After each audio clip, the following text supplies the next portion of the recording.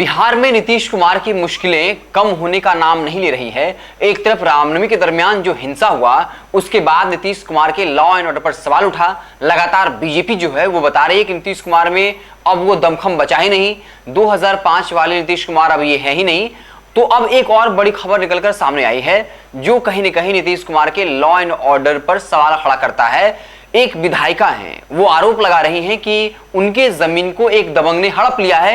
कई सालों से वो लगातार प्रशासन से गुहार लगा रही हैं, लेकिन कोई फायदा इसका नजर नहीं आ रहा है। और सबसे बड़ी बात ये जानने के बाद आपको अचरज भी होगा कि ये जो विधायिका हैं, इन्होंने बाकायदा नीतीश कुमार से इसकी शिकायत भी की, आश्वासन भी मिला, उसके बाद भी सालों से जो जमीन कब्जा हुआ है वो अब तक इनको हासिल नहीं हुआ। और बाकायदा ये जो विधायिका हैं, इन्होंने बाकायदा कह दिया कि अगर हमें हमारा जमीन नहीं मिलता है तो हमें आत्मदाह करने के लिए मजबूर होना होगा।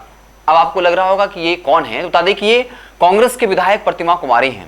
विधायक होने के बावजूद अगर उन्हें इस तरीके से गिड़गिड़ाना पड़ रहा है और आत्मदाह के लिए कह रहे हैं कि मुझे मजबूर ना किया जाए, तो फिर समझिए कि आम जनता का क्या होता होगा, पुलिस प्रशासन उसके साथ कैसे ट्रीट करती होगी। हालांकि जब उनसे कांग्रेस के विधायक प्रतिमा कुमारी से पूछा गया कि क्या ये जमीन आपकी ही है, तब कहा कि पूरे कागजात को देख लिया जाए, जो डॉक्यूमेंट्स हैं, इसके अलावा हमने म्यूटेशन कराया है, हम सरकार को टैक्स देते रहे हैं। और ये कहा कि जिसने हमारे जमीन को हड़पा है उसके 2 बेटे हैं, जिसमें से एक जेल जा चुका है, वो अपराधी किस्म का व्यक्ति है और पुलिस प्रशासन में उसकी सांठ-गांठ है।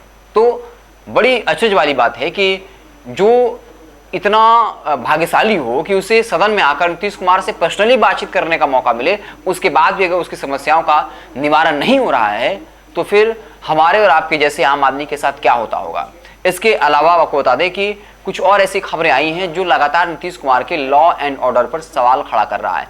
क्या ये सवाल पूछा जा रहा है, क्या वाकई में नीतीश कुमार की पकड़ प्रशासन से कमजोर हो गई है, या फिर अधिकारी जो है वो इतने कह सकते हैं मनोबल उनका बढ़ गया है कि वो नीतीश कुमार की बातों को नजरअंदाज कर देते हैं। आखिर पूरा मसला क्या है? तो कुल मिलाकर कांग्रेस के विधायक ने जो बड़ा आरोप लगाया और ये कह दिया कि अगर उनकी बात नहीं मानी गई, उनका जो वाजिब हक है उन्हें नहीं दिलवाया गया, तो वो आत्मदाह करने को मजबूर होंगी। ये बयान अपने आप में नीतीश कुमार के लॉ एंड ऑर्डर पर सवाल खड़ा करता है। और बीजेपी को, जो इस वक्त रामनवमी के दरमियान नीतीश कुमार को घेरने की कोशिश कर रही है लॉ एंड ऑर्डर मसले पर, उसे कहीं ना कहीं कह सकते हैं कि आग में घी डालने का काम करेगा। बीजेपी को एक मौका मिलेगा और ये कहेगा कि बताइए कि महागठबंधन जिसकी सरकार है, उसकी एक विधायक आती है और कहती है कि हमारा ज़मीन हमसे हड़प लिया गया और अगर पुलिस प्रशासन मुझे मेरा वाजिब हक नहीं दिलाती है तो मैं आत्मदाह कर लूँगी, तो फिर आम लोगों की क्या विसात है। तो कुल मिलाकर नीतीश कुमार की परेशानी कम होने का नाम नहीं ले रही है। आज ही खबर एक आई कि कैसे जो है,